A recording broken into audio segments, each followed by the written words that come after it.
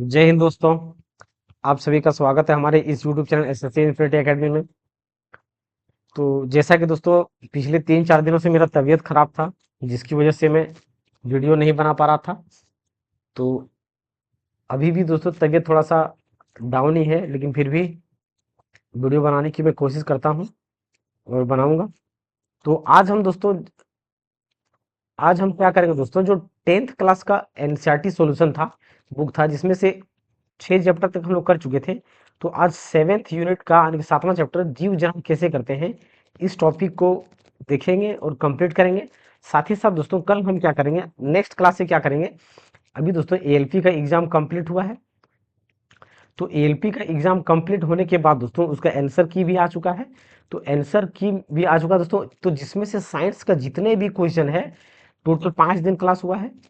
Total कितने दिन, sorry, total अगर हम बात करें दोस्तों, एग्जाम कितना दिन चला चला था, 5 डेज, यानी कि 5 दिन तक एग्जाम चला था एएलपी का। जिसमें से 5 या 15, यानी कि हर एक का 3-3 शिफ्ट था। तो 15 शिफ्ट था, यानी कि 15 शिफ्ट में एग्जाम हुआ है। तो 15 शिफ्ट में दोस्तों हम एक प्रत्येक दिन क्या करेंगे, एक एक शिफ्ट का, यानी कि 3 शिफ्ट का क्वेश्चन एक एक दिन का, यानी कि 5 5 शिफ्ट में 5 दिन में एग्जाम हुआ है।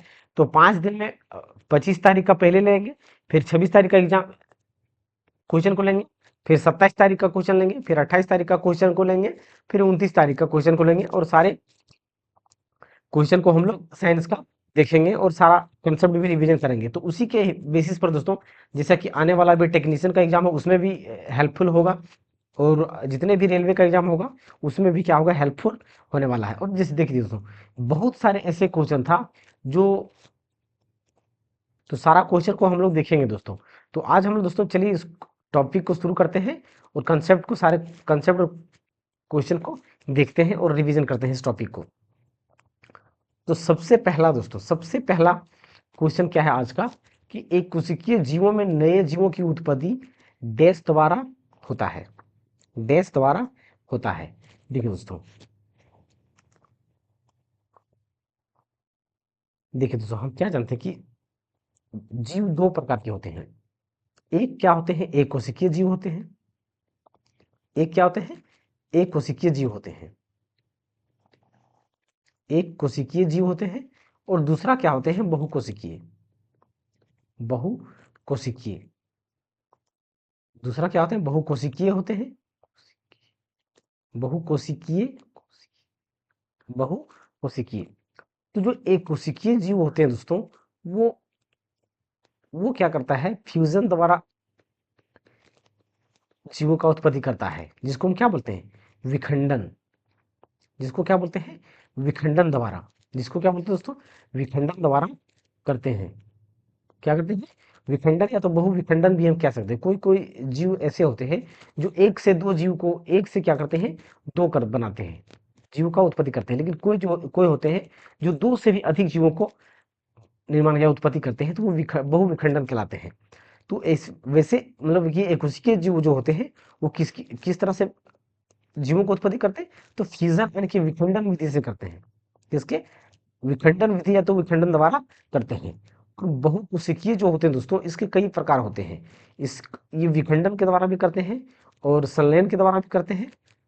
और जैसे कि देखिए, तो विखंडन की बात करें संलयन में, तो जैसे कि मुकुलन हो गया, जो कि हाइड्रा करता है, हाइड्रा इसके द्वारा करता है। फिर मनुष्य की बात करें तो ये हमारा क्या करता है, यौन यौन प्रजनन करता है, सेक्सुअल रिप्रोडक्शन जिसको कहते हैं। तो बहुत सारे दोस्तों होता है। आगे हम लोग देखेंगे क्वेश्चन में। तो इसमें क्या बोला गया है कि एक कोशिकीय जीवों में नए जीवों की उत्पत्ति किसके द्वारा होता है, तो किसके द्वारा होता है, विखंडन द्वारा होता है। किसके द्वारा, विखंडन द्वारा होता है। तो यहाँ पे ए नंबर का क्या होगा, बिल्कुल से आंसर हो जाएगा। देखिए दोस्तों, विखंडन मतलब क्या होता है, टूटना। और विखंडन मतलब क्या होता है, टूटना। विखंडन का मतलब क्या होता है दोस्तों, टूटना। क्या होता है, टूटना। लेकिन अगर फ्यूजन की बात करें तो फ्यूजन मतलब होता है जुड़ना। जैसे कि नाभिकीय संलयन अभिक्रिया जो होता है, जैसे कि सूर्य में हमारा क्या होता है, नाभिकीय संलयन अभिक्रिया होता है। तो ये हमारा क्या होता है, संलयन मतलब जुड़ना। और यौन प्रजनन मतलब क्या होता है दोस्तों, देखिए यौन प्रजनन मतलब इसमें दो लिंग की आवश्यकता होता है, जैसे कि माता और पिता। तब ये यौन प्रजनन करके नर युग्मक और मादा युग्मक मिलता है। तो सेक्सुअल रिप्रोडक्शन होने के बाद युग्मक का निर्माण करता है, तब जाके क्या होता है, नई जीव की उत्पत्ति करता है। तो यौन प्रजनन किसमें होता है, ये बहु जनरली या हमेशा क्या होगा, बहुकोशिकीय में होगा। जैसे मनुष्य हो गया, जानवर हो गया, पेड़ पौधे नहीं दोस्तों, जानवर हो गया, पेड़ पौधे दोनों होते हैं, वो दोनों हो सकते हैं उसमें। लेकिन यौन प्रजनन जो मेनली किसमें होता है, बहुकोशिकीय में होता है। काला आजार रोग किसके कारण होता है, काला आजार रोग किसके कारण होता है। तो देखिए दोस्तों, काला आजार जो रोग है वो किसके कारण होता है, लिस्मेनिया के कारण होता है। किसके कारण होता है दोस्तों, लिस्मेनिया के कारण होता है। तो यहाँ पे क्या हो जाएगा, बी नंबर का बिल्कुल सही आंसर हो जाएगा। अब देखिए दोस्तों, लिस्मेनिया की बात करें तो लिस्मेनिया क्या है। देखिए दोस्तों, अगर लिस्मेनिया की हम बात करें तो जनरली लिस्मेनिया क्या है दोस्तों, एक प्रोटोजोआ है। ये क्या है, प्रोटोजोआ है। लिस्मेनिया क्या है, एक प्रोटोजोआ है, जिसकी वजह से क्या होता है दोस्तों, कालाजार रोग होता है। क्या होता है, कालाजार रोग होता है। देखिए दोस्तों, प्रोटोजोआ से होने वाले रोग का दोस्तों एक ट्रिक है। क्या है, प्रोटोजोआ से जितने रोग होते हैं, एक ट्रिक है कि पापा काम पे सोते हैं। पापा काम पे सोते हैं। पापा काम पे सोते हैं, ये क्या है दोस्तों, ट्रिक है। ये क्या है, ट्रिक है। यानी कि प्रोटोजोआ से जितने भी रोग होंगे, प्रोटोजोआ से जितने भी रोग होगा, रोग होने वाला बीमार, यानी कि जितने भी रोग होते हैं प्रोटोजोआ से, उनका ट्रिक क्या है, पापा काम पे सोते हैं। पापा काम पे सोते हैं। तो पापा से क्या हो गया दोस्तों, पापा से हो गया पायरिया रोग। क्या हो गया, पायरिया रोग। अब पायरिया रोग क्या होता है दोस्तों, पायरिया रोग की बात करें तो दांतों का पीला पड़ना। पायरिया रोग क्या होता है, दांतों का जो पीला पड़ना, वो क्या होता है, पायरिया रोग होता है। क्या कहलाता है, पायरिया रोग। क से क्या हो गया दोस्तों, क से यहाँ पे क्या क्या हो गया, कालाजार, जो कि यहाँ पे दिया गया है कालाजार। तो क्या हो गया ये, काला आजार, काला आजार। और म से क्या हो गया दोस्तों, म से हमारा क्या हो गया, मलेरिया। म से क्या हो जाएगा, मलेरिया। म से क्या हो जाएगा, मलेरिया। और पे से क्या हो जाएगा दोस्तों, पे से की बात करें तो पेचिस। क्या हो जाएगा, पेचिस। और सो से क्या होता है दोस्तों, ये सोने की एक बीमारी होता है दोस्तों। आप लोगों को पता होगा कि किसी किसी को बहुत ज्यादा नींद आता है, तो ये सोने की बीमारी होता है। क्या होता है, सोने की बीमारी। तो वो प्रोटोजोआ का एक सीसी मक्खी होता है, जिसके काटने से दोस्तों बहुत अधिक नींद आता है, बहुत अधिक नींद आता है, जिसकी वजह से वो सोने की उसे बीमारी हो जाता है। तो यहाँ पे हमने क्या देखा दोस्तों, कि प्रोटोजोआ से जितने भी रोग होते हैं, उसका ट्रिक क्या है, पापा काम पे सोते हैं। पापा किसी का काम पे गए, वहीं पे सो गए। तो क्या हो गया, पापा से पायरिया रोग, का से काला आजार, म से मलेरिया, पे से पेचिस, और सोते से सोने की बीमारी। तो किससे होता है, ये सारा का सारा बीमारी किससे होता है, प्रोटोजोआ से होता है। किससे होता है, प्रोटोजोआ से होता है। नेक्स्ट क्वेश्चन, बहुविखंडन के द्वारा डैश एक साथ अनेक संतति कोशिकाओं में विभाजित होता है। कोशिकाओं में विभाजित होता है। देखिए दोस्तों, हमने क्या बताया, हमने बताया दोस्तों कि कोई कोई ऐसा जीव होता है कि ये अपने आप को दो भागों में बांट करके दो जीवों यानी कि दो संतति का निर्माण करता है। क्या करता है, दो संतति का निर्माण करता है। जैसे कि हाइड्रा हो गया दोस्तों, प्लेनेरिया हो गया, या तो ईस्ट हो गया, ये एक से दो संतति में निर्माण करता है। लेकिन प्लाज्मोडियम जो होता है दोस्तों, जैसे कि मच्छर, मच्छर में क्या होता है दोस्तों, प्लाज्मोडियम जो होता है मच्छर का, जो प्रोटोजोआ है, प्लाज्मोडियम एक प्रकार का क्या है, प्रोटोजोआ है, जो मच्छर के द्वारा लाया जाता है और मनुष्य में डाला जाता है, इंजेक्ट किया था काटने के बाद, और उसे क्या होता है, मलेरिया बीमारी होता है, मलेरिया टाइफाइड होता है। तो जो प्लाज्मोडियम होता है दोस्तों, प्लाज्मोडियम जो होता है, जैसे कि ये मान लीजिए क्या है कि प्लाज्मोडियम है, क्या है ये, प्लाज्मोडियम है। तो ये प्लाज्मोडियम क्या करता है दोस्तों, ये बहुत सारे प्लाज्मोडियम का निर्माण करता है। एक साथ जब संतति जब निर्माण करता है, जैसे कि दोस्तों, जैसे रिप्रोडक्शन करता है, तो बहुत सारे प्लाज्मोडियम का निर्माण करता है। एक साथ में क्या करता है, बहुत सारे यानी कि अनेक संतति का निर्माण करता है। तो अनेक संतति का निर्माण करता है, तो वो कौन है दोस्तों, प्लाज्मोडियम है। कौन है, प्लाज्मोडियम है। ये प्लेनेरिया जो क्या है, वो एक से दो भाग में बढ़ता है। ईस्ट भी क्या है, एक से दो भाग में बटेगा। हाइड्रा बीज क्या है, मुकुलन के द्वारा एक से दो भाग में बढ़ जाता है। लेकिन प्लाज्मोडियम जो है, वो क्या है, एक से यानी कि अनेक संतति कोशिकाओं का निर्माण करता है एक साथ में। तो यहाँ पे प्लाज्मोडियम क्या होगा, बिल्कुल से आंसर हो जाएगा। नेक्स्ट क्वेश्चन दोस्तों, स्पाइरोगायरा में प्रजनन का तरीका डैश है। प्रजनन का तरीका डैश है। देखिए दोस्तों, अगर हम स्पाइरोगाइरा की बात करें तो स्पाइरोगाइरा की अगर हम बात करें दोस्तों, तो ये क्या है, एक हरा शैवाल के रूप में हम इसको कह सकते हैं। ये क्या है, एक हरा शैवाल है। ये क्या है, हरा शैवाल है। क्या है, एक हरा शैवाल है। तो जब देखिए जब ये हरा शैवाल है तो निश्चित रूप से इसमें क्या होगा, क्लोरोप्लास्ट पाया जाएगा, क्योंकि ये अपना भोजन खुद बनाएगा। तो जो स्पाइरोगाइरा होता है दोस्तों, यानी कि जितने भी शैवाल होते हैं, जितने भी शैवाल होते हैं वो विखंडन के द्वारा प्रजनन करते हैं। जितने भी सवाल होते हैं वो किसके द्वारा, विखंडन के द्वारा प्रजनन करते हैं। किसके द्वारा, यानी कि जो अपने संतति का निर्माण करता है वो किसके द्वारा करता है, विखंडन के द्वारा करता है। तो यहाँ पे विखंडन क्या होगा, बिल्कुल से आंसर हो जाएगा। मुकुलन या तो बडिंग जिसको कहते हैं दोस्तों, ये इसमें कौन करता है, जो हाइड्रा होता है, तो हाइड्रा किसके द्वारा, मुकुलन द्वारा संतति का निर्माण करता है। जैसे कि देखिए दोस्तों, ये इस प्रकार से कुछ होता है हाइड्रा, और यहाँ पे क्या करता है, एक निकला होता है अंग, ये हाइड्रा का अंग होता है। अब यही हाइड्रा, ये जो निकला हुआ पार्ट होता है, यही धीरे धीरे क्या होता है, बड़ा होता है, और आगे चल करके ये हाइड्रा क्या होता है, एक अलग हाइड्रा का निर्माण कर लेता है, यानी कि दो भाग में बट गया। क्या हो गया, दो भाग में बट गया। तो इस पूरे प्रोसेस को क्या कहते हैं, मुकुलन कहते हैं। क्या कहते हैं इसको, मुकुलन कहते हैं, या तो बडिंग कहते हैं। मुकुलन या तो बडिंग। तो मुकुलन द्वारा कौन प्रजनन करता है, हाइड्रा करता है। कौन करता है, हाइड्रा करता है। कौन करता है दोस्तों, हाइड्रा करता है। अच्छा देखिए, बीजाणु गठन दोस्तों एक राइजोपस होता है। राइजोपस देखा होगा दोस्तों, 8th क्लास की टॉपिक है ये। पीछे 8th क्लास में देखा होगा दोस्तों, अगर आपने पढ़ा होगा दोस्तों, तो राइजोपस जो होता है वो बीजाणु गठन का निर्माण कर के थ्रू से होते हैं। क्या करते हैं, बीजाणु के गठन के थ्रू से करते हैं। लैंगिक या तो सेक्सुअल, हमने बताया दोस्तों कि सेक्सुअल के लिए हमें दो जीव चाहिए, उसमें नर चाहिए और एक मादा चाहिए। सेक्सुअल में क्या चाहिए, एक नर चाहिए और एक मादा चाहिए, तभी जाके क्या होता है, रिप्रोडक्शन संभव हो पाता है लैंगिक में। लैंगिक में अब देखिए दोस्तों, अगर यहाँ पे देखिए दोस्तों, ये लैंगिक में क्या हो गया, इसमें नर और मादा चाहिए।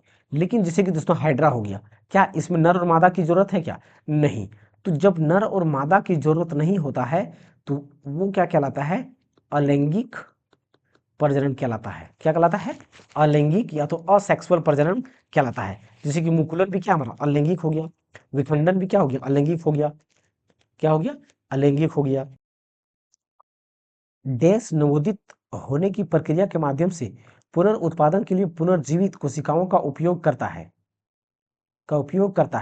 देखिए दोस्तों, हमने क्या देखा अभी, पुनर्उत्पादन, यहाँ पे क्या लिखा है, पुनर्उत्पादन के लिए पुनर्जीवित कोशिकाओं का उपयोग करता है। तो हमने क्या देखा अभी, कि जो हमने देखा दोस्तों कि मुकुलन विधि से एक हाइड्रा था, तो ये हाइड्रा क्या कर रहा था, ये हाइड्रा अपने आप को क्या करता था, ये आगे इसको बढ़ाता था, और यही ये जो पार्ट है, ये जो एक्स्ट्रा बाहर निकला वो पार्ट है, यही पार्ट एक क्या करता है, अलग जीव यानी कि अलग हाइड्रा का निर्माण कर लेता है। क्या करता है, अलग हाइड्रा का निर्माण कर लेता है। तो यहाँ पे क्या होगा दोस्तों, हाइड्रा बिल्कुल से आंसर हो जाएगा, यानी कि हाइड्रा नवोदित होने की प्रक्रिया के माध्यम से पुनर्उत्पादन के लिए पुनर्जीवित कोशिकाओं का उपयोग करता है, तो वो हाइड्रा है। वो क्या है, हाइड्रा। तो यहाँ पे सी नंबर का क्या होगा दोस्तों, बिल्कुल सही आंसर हो जाएगा। बिल्कुल क्या होगा, सही आंसर हो जाएगा। एक प्रकार का जन्म जिसमें एक पौधे के शरीर का एक हिस्सा एक नए वनस्पति को जन्म देता है, उसे कहा जाता है। तो वो दोस्तों यहाँ पे वनस्पति के जन्म देता है, तो वो वनस्पतिक जन्म कहलाएगा। क्या कहलाएगा, वेजिटेटिव प्रोपेगेशन कहलाएगा। तो यहाँ पे सी नंबर का क्या होगा, बिल्कुल सही आंसर हो जाएगा। देखिए दोस्तों, यहाँ पे क्या है इसका मतलब, वनस्पतिक मतलब कहने का मतलब क्या है दोस्तों, जैसे कि दोस्तों गन्ना का पौधा आप लोगों ने देखा होगा। तो गन्ना का पौधा को अगर हम गन्ने गन्ने की डंटी को क्या करते हैं, गन्ने की जो आंख जो होता है या डंटी होता है, जहाँ पे नोड जिसको कहते हैं, नोड जिसको कहते हैं, उसको अगर हम जमीन पे गाड़ देते हैं तो वो उसी से पेड़ वहां से निकल जाता है। जैसे कि सहजन या तो मुनगई का जो पौधा होता है, उसको उसके डाल को गाड़ देने से नए पौधे का निर्माण हो जाता है। जैसे गुलाब के पौधे की बात करें तो गुलाब के पौधे की डंठल को या तो उसकी एक छोटी सी डाली को गाड़ देंगे तो नए पौधे का निर्माण हो जाएगा। बहुत सारे ऐसे पत्तियां भी है दोस्तों, बहुत सारे ऐसे पत्तियां भी है जो पत्तियों के किनारों किनारों से पौधे का निर्माण हो जाता है। तो ये क्या कहलाता है? वानस्पतिक जनन कहलाता है। वानस्पतिक जनन कहलाता है।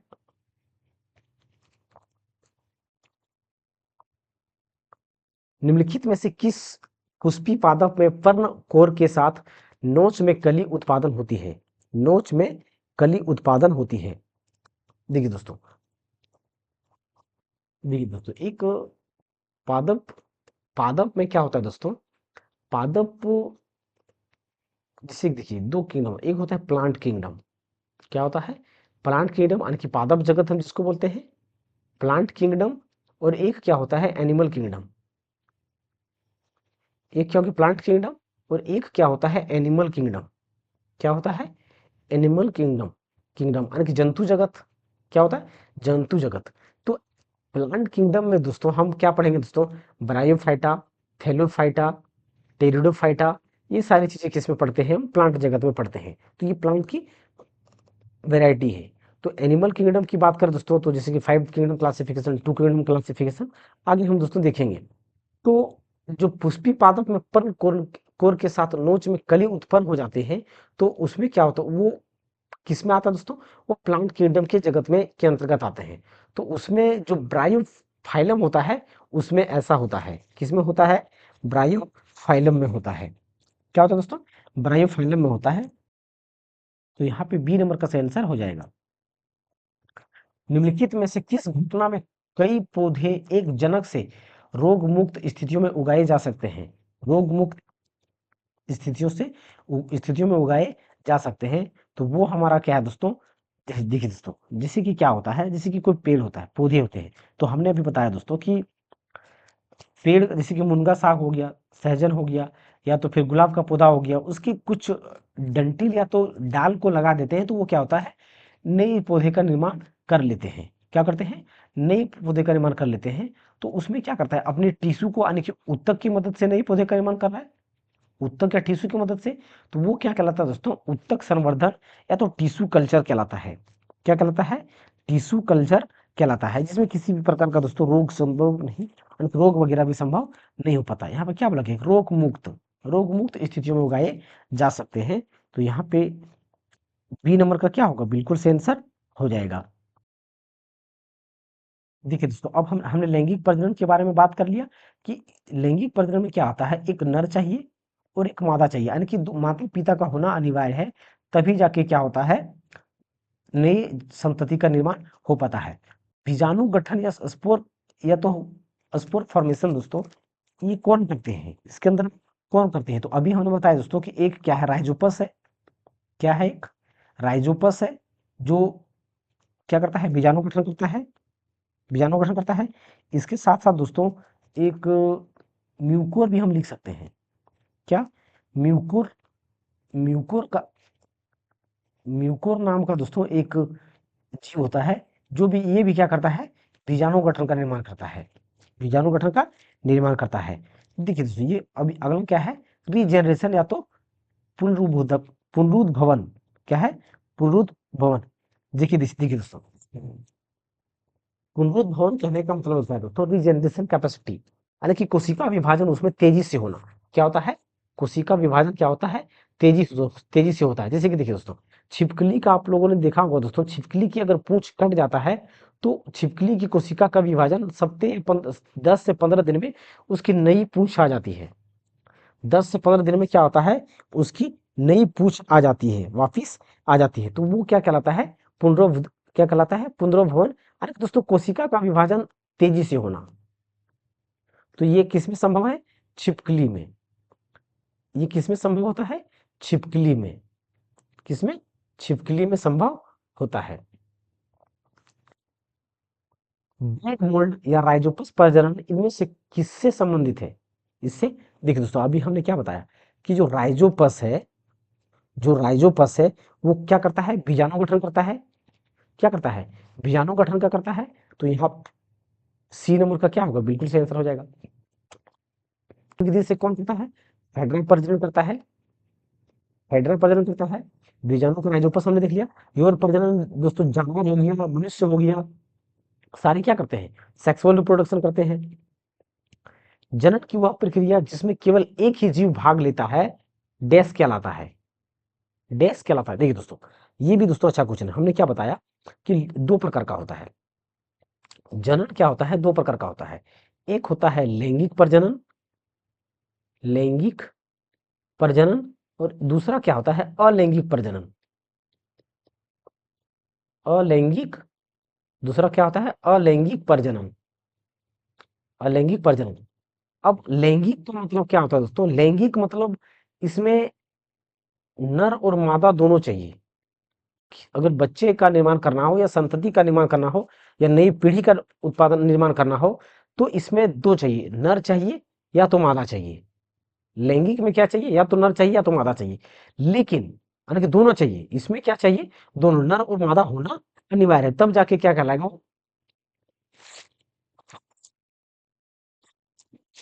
तब जाके वो क्या होगा, लैंगिक प्रजनन कहलाएगा। लेकिन दोस्तों अलैंगिक प्रजनन में अगर नर अकेले है तब भी ये अपना प्रजनन कर सकता है, नर अकेले है तब भी अपना प्रजनन कर सकता है, मादा अकेले है तब भी अपना प्रजनन कर सकता है। यानी कि इसमें अकेले अकेले उत्पत्ति या संतति उत्पत्ति करने का, संतति उत्पन्न करने का कैपेसिटी या तो सक्षम होता है, सक्षम होता है। जैसे कि हमने क्या बताया, जैसे कि हाइड्रा हो गया, तो हाइड्रा एक सिंगल हाइड्रा होता है, तो वो अपने आप को दो भागों में बांट लेता है, चाहे वो हाइड्रा नर हो या मादा हो, उसमें किसी का जरूरत नहीं पड़ता है। यानी कि लैंगिक रूप से उसमें दोस्तों संबंध बनाने की जरूरत नहीं है, संबंध नहीं है। तो इसका एग्जाम्पल हम क्या लिख सकते हैं, जो मोस्ट कॉमन एग्जाम्पल दोस्तों हाइड्रा, क्या है, हाइड्रा, हाइड्रा। और इसमें दोस्तों मोस्ट कॉमन एग्जाम्पल इसकी बात करें तो कौन सा है, मनुष्य है, क्या है, मनुष्य है, क्या है, मनुष्य है। तो यहाँ पे क्या बोलेंगे, जनन की वो प्रक्रिया जिसमें केवल एक ही जीव भाग लेता है। एक ही जीव कहने का मतलब या तो सिर्फ नर भाग लेगा या तो सिर्फ मादा भाग लेगा, अकेले, क्या करेगा, अकेले। तो वो क्या कहलाएगा, अलैंगिक प्रजनन कहलाएगा। प्रजनन में क्या होगा दोस्तों, अकेला भाग भाग लेगा। लेकिन लैंगिक प्रजनन में क्या होता है दोस्तों, लैंगिक प्रजनन में नर और मादा दोनों एक साथ के संयोग होने से तब जाके नए संतति का उत्पत्ति होता है, तब जाके लैंगिक प्रजनन कहलाता है। अब देखिए दोस्तों, यहाँ पे बी नंबर का ऑप्शन क्या दिया गया है, बाह्य निषेचन, क्या दिया गया है, बाह्य निषेचन। तो देखिए दोस्तों, निषेचन जो होता है दो प्रकार का होता है, एक क्या होता है इंटरनल फर्टिलाइजेशन और एक्सटर्नल। इंटरनल कहने का मतलब दोस्तों, जो नर और मादा का जब संयोग होता है तो उसके जो नर का स्पर्म होता है, नर युग्मक जिसको हम कहते हैं, और मादा युग्मक का जब मिलन होता है तो वो माता के पेट के अंदर, यानी कि गर्भाशय में, माता या तो मादा के पेट गर्भाशय के अंदर में बच्चे का निर्माण होता है। तो वो क्या कहलाता है, अंतःनिषेचन, यानी कि पेट के अंदर हुआ, शरीर के अंदर। अंतःनिषेचन कहने का मतलब क्या है, यानी कि अंतःनिषेचन कहने का मतलब क्या है, अंतःनिषेचन, अंतःनिषेचन या तो इंटर फर्टिलाइजेशन, अंत अंतर निषेचन या तो इंटरनल फर्टिलाइजेशन, यानी कि अंदर, शरीर के अंदर निषेचन होगा। यानी कि बच्चे का निर्माण क्या होगा, शरीर के अंदर, शरीर के अंदर, शरीर के अंदर में, कहां पे होगा, शरीर के अंदर में। और बाह्य निषेचन में क्या होगा दोस्तों, बाह्य निषेचन में क्या होगा, निषेचन जो होगा शरीर के बाहर होगा, शरीर के क्या होगा, शरीर के बाहर होगा, शरीर के बाहर, शरीर के बाहर, शरीर के क्या होगा, बाहर होगा। तो इसमें देखिए दोस्तों, अंतर निषेचन में सबसे मोस्ट एग्जांपल हम क्या जानते हैं, मनुष्य, जानवर, गाय, बैल, मनुष्य, गाय, मनुष्य के अंदर में यानी कि मनुष्य के इसमें क्या होता है, अंतर निषेचन की प्रक्रिया होता है, यानी कि बच्चे का निर्माण होता है शरीर के अंदर। और शरीर के बाहर जब निषेचन होता है तो इसका सबसे अच्छा एग्जांपल क्या है दोस्तों, मेढक। मेढक जो बच्चे का निर्माण करता है, जिसे पानी में छोड़ देता है, क्या करता है, जैसे कि मादा मादा मेढक आती है, तो मादा मेढक ने अपने अंडाणु को क्या किया, पानी में छोड़ दिया, क्या किया, पानी में छोड़ दिया। अब उसी पानी, उसमें जो अंडाणु छोड़ा था, नर मेढक ने उसमें भी अपना नर युग्मक को छोड़ दिया। तो दोनों मिलने के बाद उसका निषेचन क्या होता है, शरीर के बाहर होता है, यानी कि पानी में होता है, कहाँ होता है, पानी में होता है। तो बरसात के मौसम में देखा होगा दोस्तों आप लोगों ने कि जो पानी जमा होता है तो वहां पे मेढक जब होते मिलते हैं तो वो बाहरी निषेचन के माध्यम से टेडपोल का निर्माण करते हैं। छोटे छोटे जो बच्चे होते हैं तो वो टेडपोल कहलाते हैं, जिसकी पूंछ होता है मेढक का। और जैसे ही मेढक जवान मतलब बड़ा हो जाता है तो वो मेढक बन जाता है, तो वो पूंछ उसकी गायब हो जाता है। तो शरीर के बाहर निषेचन किसका होता है? मेढक का होता है। किसका होता है? मेढक का होता है। तो बाहर निषेचन में कौन आ जाएगा? मेढक आ जाएगा।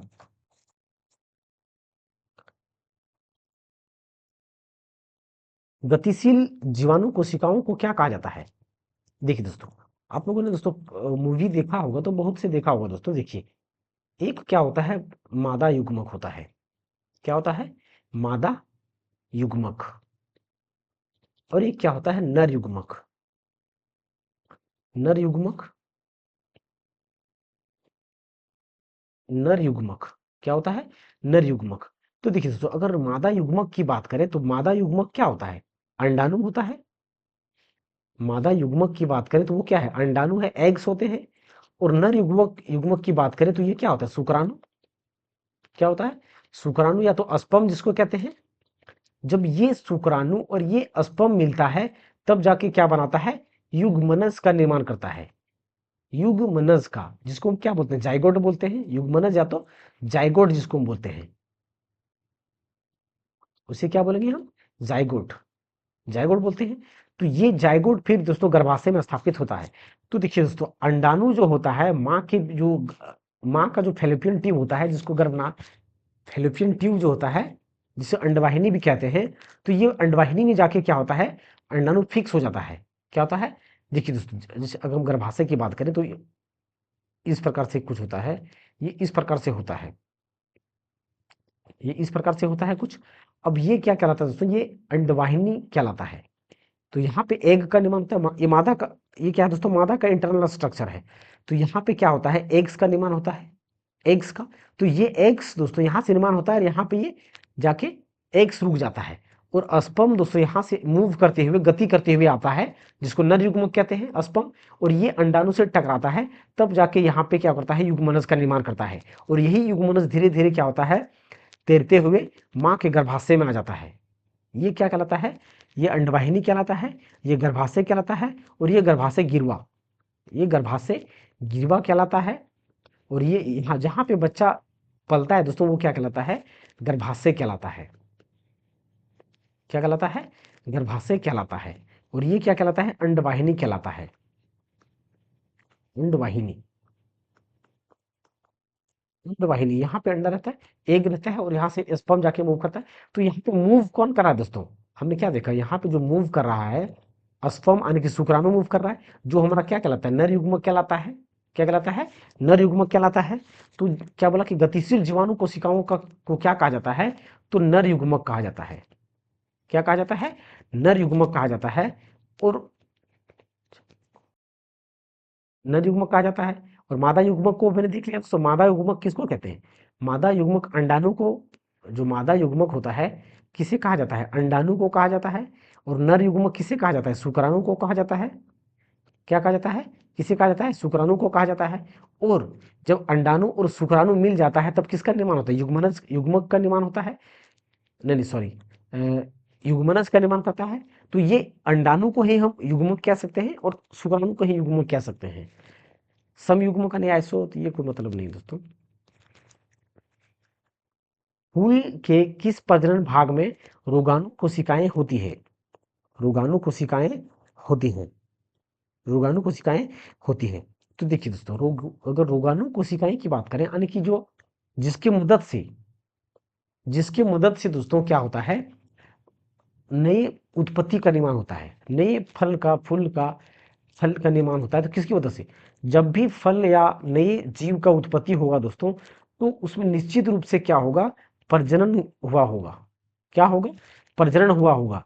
तो प्रजनन दोस्तों हमारा क्या होता है? जैसे कि फूल फूल फूल में जब फूल से फल का निर्माण होता है तो उसमें कौन कौन से भाग है जो जो निषेचन की प्रक्रिया में भाग लेते हैं?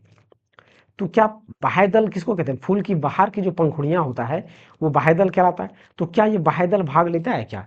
नहीं लेता है। जैसे कि देखिए दोस्तों, एक ये क्या है, यहाँ पे एक फूल बनाते हैं दोस्तों।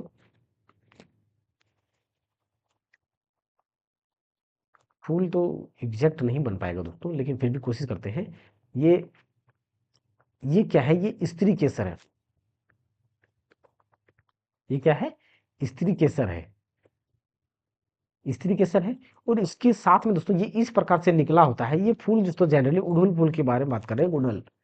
तो ये इस प्रकार से निकला होता है, ये स्त्री केसर है। और ये क्या होता है? पुंग केसर होता है। क्या होता है? पुंग केसर होता है। तो पुंग केसर में यहाँ पे जो ऊपर होता है दोस्तों, इसमें क्या होता है? ये यहाँ पे पराग कोश होता है। ये क्या है? पराग कोश है। ये क्या है? पराग कोश है। और इसके अंदर में क्या होता है? पराग कण होता है।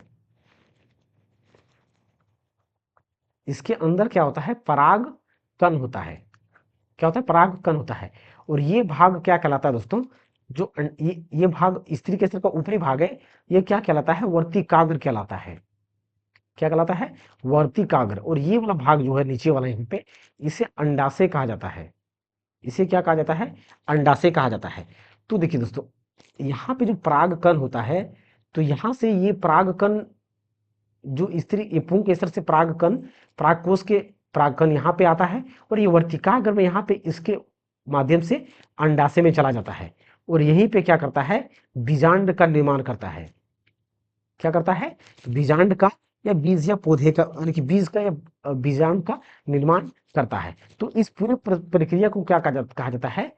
परागन कहा जाता है। क्या कहा जाता है? परागन, यानी कि पॉलिनेशन कहा जाता है। क्या कहा जाता है? पॉलिनेशन या परागन कहा जाता है। तो यहाँ पे देखिए दोस्तों, भाग कौन कौन ले रहा है? फूल की जो, यानी कि प्रजनन में कौन भाग ले रहा है? एक स्त्री केसर भाग ले रहा है और एक पुंग केसर भाग ले रहा है। पुंग केसर भाग ले रहा है और एक स्त्री केसर भाग ले रहा है। स्त्री केसर। और यहाँ पे बाहर में जो इस प्रकार की पत्ती टाइप में होता है दोस्तों, ये हमारा बाह्यदल या तो सेपल्स या तो पंखुड़ियां कहलाता है। तो यहाँ पे भाग कौन ले रहा है?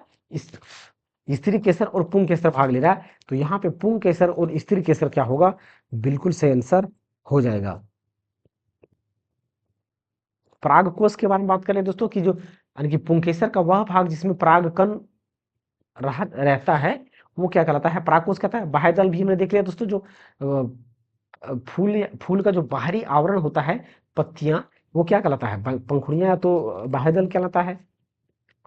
बाह्यदल कहलाता है। उसके अंदर जो होता है वो क्या कहलाता है? पंखुड़ियां कहलाता है। डैश को द्विलिंगी फूल के रूप में जाना जाता है। द्विलिंगी फूल के रूप में जाना जाता है। देखिए दोस्तों, एक होता है क्या? एक लिंगी फूल। एक लिंगी फूल, एक लिंगी। और एक क्या होता है? द्विलिंगी फूल। द्विलिंगी क्या होता है? द्विलिंगी। एक लिंगी कहने का मतलब क्या है दोस्तों? अगर कोई फूल है तो उसमें सिर्फ नर ही होगा या तो सिर्फ मादा होगा, मतलब अकेले होगा। एक लिंगी कहने का मतलब है या तो सिर्फ उसमें नर होगा या तो सिर्फ मादा होगा, एक ही होगा, दोनों में से एक होगा। दोनों में से क्या होगा? एक होगा। वो क्या कहलाएगा? एक लिंगी कहलाएगा। वो क्या कहलाएगा? एक लिंगी कहलाएगा। द्विलिंगी में क्या होगा दोस्तों? एक ही फूल में नर भी होगा और मादा भी होगा। एक ही फूल में क्या होगा? नर भी होगा और मादा भी होगा। वो क्या कहलाएगा? द्विलिंगी कहलाएगा। क्या कहलाएगा दोस्तों? द्विलिंगी कहलाएगा। अब देखिए दोस्तों, यहाँ पे क्या बोला गया है? कि द्विलिंगी फूल के रूप में जाना जाता है। तो देखिए दोस्तों, अगर हम द्विलिंगी फूल की बात करें, तो द्विलिंगी फूल में दोस्तों यहाँ पे क्या हो जाएगा? सरसों सही आंसर हो जाएगा, जो कि ये क्या है? द्विलिंगी है। तो इसके यहाँ पे इसका एग्जाम्पल की बात करें तो क्या आ जाएगा? सरसों। सरसों एग्जाम्पल में क्या बात करें? सरसों। या तो दोस्तों अभी हमने देखा एक उड़हल का फूल, उड़हल या तो गुड़हल जिसको कहते हैं, उड़हल या तो गुड़हुल, उड़हुल या तो जिसको क्या बोलते हैं? गुड़हल का भी फूल कहते हैं इसको। उड़हल या तो गुड़हुल, गुड़हल का फूल। तो इसमें क्या होता है? यानी कि सरसों में क्या होता है दोस्तों? नर भी होता है, एक ही फूल में नर भी होता है और मादा भी होता है। लेकिन एक लिंगी पुष्प जैसे कि पपीता हो गया, तरबूज हो गया, खीरा हो गया, ये सारे के सारे क्या है? एक लिंगी पुष्प है। ये तीनों क्या है? एक लिंगी पुष्प है। क्या है? एक लिंगी पुष्प। आपने देखा होगा दोस्तों, कोई पपीता ऐसा होता है जो पपीता बड़ा हो जाता है, उसमें फूल भी होता है, लेकिन उसमें फल कभी कभी नहीं लगता है। तो फल नहीं लगने का कारण क्या है? कि उसमें एक ही है, यानी कि उसमें नर, अगर एक ही फूल है तो उसमें नर का है तो सारा उस पेड़ में जितने भी फूल है सारा का सारा नर ही होगा, और सारा का सारा मादा है तो सारा का सारा मादा ही होगा। जैसे कि देखिए दोस्तों, ये क्या है कि एक पपीता का पौधा है। क्या है, मान लीजिए एक पपीता का पौधा है, तो यहाँ पे मान लीजिए एक फूल ये है, तो ये फूल क्या है, एक नर का है। तो ये दूसरा भी फूल एक दूसरा फूल क्या है, मादा का है। क्या है, मादा का है। तो इसमें क्या होगा कि जब मक्खियाँ कीट पतंग या तो मधुमक्खी हो गया, चाहे तितलियां हो गया, तो यहाँ से नर फूल से बैठता है और इसका नर युग्मक को लेकर के मादा में जाता है, तब जाके निषेचन होता है, तब जाके फल का निर्माण होता है। लेकिन कुछ पैदा यानी कि जब कभी कभी क्या होता है, पपीते के पौधे में या तो तरबूज या खीरा के पौधे में सिर्फ और सिर्फ यहाँ पे अगर मादा है तो मादा ही है, ये नर नहीं होगा।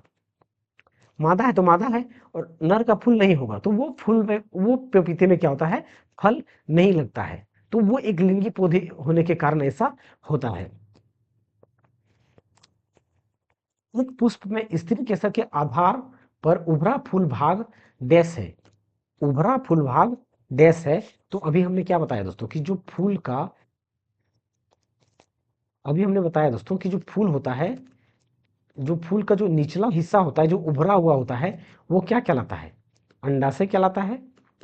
क्या कहलाता है, अंडाशय कहलाता है। परागकोश के भी बारे में हमने बात किया दोस्तों, और वर्तिकाग्र के बारे में बात किया। वर्तिका क्या होता है दोस्तों, ये देखिए, ये जो होता है ना, ये ऊपर वर्तिकाग्र होता है, ऊपर वाला क्या होगा, ये ऊपर का वर्तिकाग्र होगा, और ये जो बीच वाला जो जगह होता है, ये क्या कहलाता है, स्टाइल कहलाता है, यानी कि वर्तिका कहलाता है। क्या कहलाता है, वर्तिका कहलाता है। और ये नीचे वाला सबसे नीचे वाला भाग क्या कहलाता है, अंडाशय कहलाता है। क्या कहलाता है, अंडाशय कहलाता है। तो यहाँ पे क्या बोला है कि पुष्प में स्त्री केसर के आधार पर मतलब जो नीचे, आधार पर नीचे यानी कि आधार मतलब क्या, बेस नीचे सबसे निचला हिस्सा। तो आधार में क्या है, ये हमारा अंडाशय है, तो अंडाशय क्या होगा, सही आंसर हो जाएगा। परागकोश ये क्या होगा, पुंग के स्तर में पाया जाएगा। अभी मैंने पिछले पिछले कुछ क्वेश्चन में दिखाया। किसी पौधे के नर भाग से पराग को मादा के किसी पौधे के नर भाग से पराग को किसी पौधे के मादा भाग में स्थानांतरित करने की प्रक्रिया क्या कहलाता है। तो अभी हमने बताया दोस्तों फूल बना करके कि जो पुंग केसर का यहाँ पे पराग कण होता है, इस पराग कण जब मादा फूल के वर्तिकाग्र में जाता है और ये पराग कण यहाँ से इसमें आ जाता है, तो वो क्या कहलाता है, परागन कहलाता है, यानी कि पोलिनेशन कहलाता है। क्या कहलाता है, पोलिनेशन कहलाता है। तो यहाँ पे पोलिनेशन यानी कि ए नंबर का क्या होगा, बिल्कुल सही आंसर हो जाएगा। शुक्रवाहिका मूत्र मार्ग नामक एक सामान्य मार्ग बनाने के लिए डैश से आने वाली एक नली के साथ जुड़ा होता है, के साथ जुड़ा होता है। तो वो हमारा क्या होता है दोस्तों, मूत्राशय से जुड़ा होता है, मूत्राशय से जुड़ा होता है। जैसे कि देखिए दोस्तों, अगर हम बात करें नर एक्सक्रेटरी सिस्टम, एक्सक्रेटरी सिस्टम यानी कि मल त्याग की प्रक्रिया जो है दोस्तों, जिसमें से मूत्र यानी कि मूत्र का जो बाहर निकलना कैसे, उसका प्रोसेस क्या होता है, नर के लिए हम बता रहे हैं अभी। तो देखिए ये क्या है, जैसे कि ये हमारा क्या हो गया, यहाँ पे ये मूत्राशय है, ये क्या है, मूत्राशय है। तो मूत्राशय दोस्तों किससे किससे जुड़ा होता है, ये देखिएगा। यहाँ पे हमारा क्या होता है, किडनी होता है, किडनी दो होता है। तो किडनी से यहाँ पे हमारा मूत्राशय आता है, किडनी से मूत्र क्या होता है दोस्तों, छनाता है। किडनी में मूत्र यानी कि ब्लड का सर्कुलेशन, ब्लड को क्या करता है, छानता है, और ब्लड को छानने के बाद वो मूत्र बनता है। वो मूत्र कहाँ पे जाता है, हमारा मूत्राशय में जाता है। कहाँ जाता है, मूत्राशय में। और मूत्राशय से हमारा क्या होता है दोस्तों, टेस्टिस, यहीं पे क्या होता है, टेस्टिस होता है हमारा, टेस्टिस यानी कि जिसको क्या बोलते हैं, विरसन कहते हैं। और ये हमारा क्या होता है, पेनिस, ये पाइप यानी कि मूत्र, ये हमारा क्या आमाशय है। आमाशय से हमारा क्या होता है, नली जुड़ा होता है, और यहाँ पे हमारा टेस्टिस होता है। और ये टेस्टिस भी हमारा यहाँ पे इस अंडाशय से यानी कि यहाँ से जुड़ा होता है। ये हमारा क्या होता है, पेनिस होता है, जिसको हम सीसन कहते हैं, जिसके उधर से मूत्र बाहर निकलता है। तो क्या बोला गया है, तो ये यहाँ पे शुक्राणु का निर्माण हमारा क्या पे होता है, जो विरसन होता है जिसको हम टेस्टिस कहते हैं, वहां पे हमारा क्या होता है, शुक्राणु का निर्माण होता है। कहाँ पे होता है, शुक्राणु का निर्माण हमारा क्या होता है, टेस्टिस में निर्माण होता है। और ये शुक्राणु कहाँ पे जाता है, यहाँ पे अंडाशय, सॉरी, यहाँ से जाता है, और यहाँ पे, यहाँ से फिर मूत्राशय में जुड़ा होता है। कहाँ से, मूत्राशय से जुड़ा होता है। तो ये हमारा क्या होता है, शुक्रवाहिका कहलाता है। क्या कहलाता है? शुक्रवाहिका कहलाता है, जिसके थ्रू से शुक्र शुक्रबंध हो जाता है। तो ये क्या कहलाएगा? शुक्रवाहिका कहलाएगा। और ये क्या कहलाएगा? मूत्रवाहिका। ये क्या कहलाएगा? मूत्रवाहिका कहलाएगा, क्योंकि क्या है? मूत्रवाहिका। और ये हमारा क्या होता है? मूत्राशय होता है, जहाँ पे मूत्र जो होता है क्या होता है? स्टोर होता है। मूत्र क्या होता है? स्टोर होता है। जब ये मूत्राशय भर जाता है तब जाके क्या होता है? टॉयलेट लगता है और हम लोग बाथरूम जाते हैं और उसको पेनिस के माध्यम से बाहर निकाल देते हैं। तो ये हमारा यानी कि दोस्तों, जो मूत्र मार्ग में क्या बोला ये क्वेश्चन, कि सामान्य मार्ग बनाने के लिए डैश से आने वाली एक नली के साथ जुड़ा होता है, यानी कि मूत्र मार्ग। यानी कि दोस्तों क्या बोला है कि शुक्र वाहिका और मूत्र वाहिका दोनों एक ही साथ जुड़ा होता है। तो किससे जुड़ा होता है? तो मूत्राशय से जुड़ा हुआ है। जैसे ये शुक्र वाहिका भी और मूत्र वाहिका भी दोनों हमारे किससे जुड़ा है? इससे जुड़ा हुआ है। किससे? इससे जुड़ा हुआ है, मूत्र मार्ग भी। तो यानी कि मूत्राशय यहाँ पे क्या होगा? बिल्कुल सही आंसर हो जाएगा। नर युग्मक या शुक्राणु कहाँ उत्पन्न होता है? अभी हमने बताया दोस्तों, अभी हमने क्या बताया कि जो नर युग्मक जो होता है वो कहाँ पे उत्पन्न होता है? विल्सन में होता है, जिसको हम क्या बोलते हैं? टेस्टिस बोलते हैं। क्या बोलते हैं? टेस्टिस बोलते हैं। तो यहाँ पे क्या हो जाएगा? विल्सन यानी कि टेस्टिस बिल्कुल से आंसर हो जाएगा। अंडाशय में क्या होगा? एग का अंडाणु का निर्माण होगा, जो कि क्या है? नर युग्म मादा युग्मक के अंग है वो। मादा जनन कोशिकाएं या अंडे निम्न में से बनते हैं। तो कहाँ बनते हैं? अंडाशय में बनते हैं। कहाँ बनते हैं? अंडाशय में बनते हैं। तो यहाँ पे ए नंबर का क्या होगा? बिल्कुल सही आंसर हो जाएगा। अंडे को अंडाशय से गर्भाशय तक किसके द्वारा ले जाया जाता है? अंडे को अंडाशय से गर्भाशय तक किसके द्वारा ले जाता है? तो किसके द्वारा ले जाया जाता है दोस्तों? हमने क्या बताया कि जो फेलोपियन ट्यूब होता है, जिसको हम क्या बोलते हैं? अंडवाहिनी नालिका बोलते हैं। अंडवाहिनी भी कहते हैं, या तो डिम्बवाहिनी नालिका के थ्रू से, यानी कि फेलोपियन ट्यूब के थ्रू से। तो यहाँ पे ए नंबर का क्या होगा? बिल्कुल सही आंसर हो जाएगा। अगला क्वेश्चन क्या है दोस्तों? निम्नलिखित में से कौन सा रोग यौन संचालित रोग है? तो यहाँ पे दोस्तों हमने क्या देखा? हमने कालाजार रोग देखा, किसके थ्रू से होता है? प्रोटोजोआ के थ्रू से होता है। पीलिया हमारा जॉन्डिस रोग दोस्तों, जिससे कि हमारा शरीर पीला पड़ जाता है, वो जॉन्डिस पीलिया कहलाता है। तो ये हमारा लिवर इफेक्ट होने के कारण होता है। तो ये भी हमारा क्या है दोस्तों? ये भी नहीं होगा। ये भी नहीं होगा। हैजा हमारा क्या दोस्तों? हम गलत दूषित भोजन खाने से हमारा हैजा होता है। लेकिन सिफिलिस बीमारी जो होता है दोस्तों, किसकी वजह से होता है?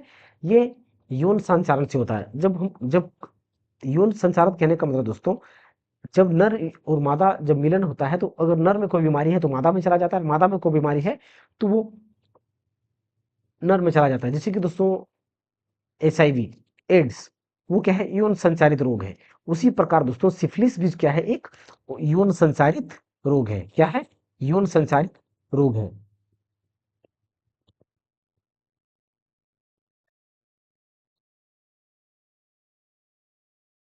तो यहाँ पे दोस्तों ये टॉपिक हमारा क्या होता है? कंप्लीट होता है। तो आई होप दोस्तों आप सभी को ये वीडियो अच्छा लगा होगा और हेल्पफुल मिलने वाला है दोस्तों, मिलेगा। अगर दोस्तों आप सभी को ये वीडियो अच्छा लग रहा है या हेल्पफुल हो रहा है दोस्तों, तो हमारे इस चैनल को सब्सक्राइब करें। अब दोस्तों वीडियो डेली कंटिन्यू आने वाला है, क्योंकि मेरा तबीयत खराब हो गया था, जिसकी वजह से मैं वीडियो नहीं बना पा रहा था। तो अगर और हाँ दोस्तों, अगर आप इसका पीडीएफ डाउनलोड करना चाहते हैं तो ये स्कैनर टेलीग्राम का यहाँ पे स्कैन करके जा सकते हैं और इसका पीडीएफ डाउनलोड कर सकते हैं। या तो डिस्क्रिप्शन में मैं लिंक डाल दूंगा इस टेलीग्राम का, वहाँ पे ज्वाइन करके इसका पीडीएफ आप डाउनलोड कर सकते हैं। तो मिलते हैं दोस्तों अगले क्लास में। जय हिंद। थैंक यू दोस्तों, जय हिंद दोस्तों।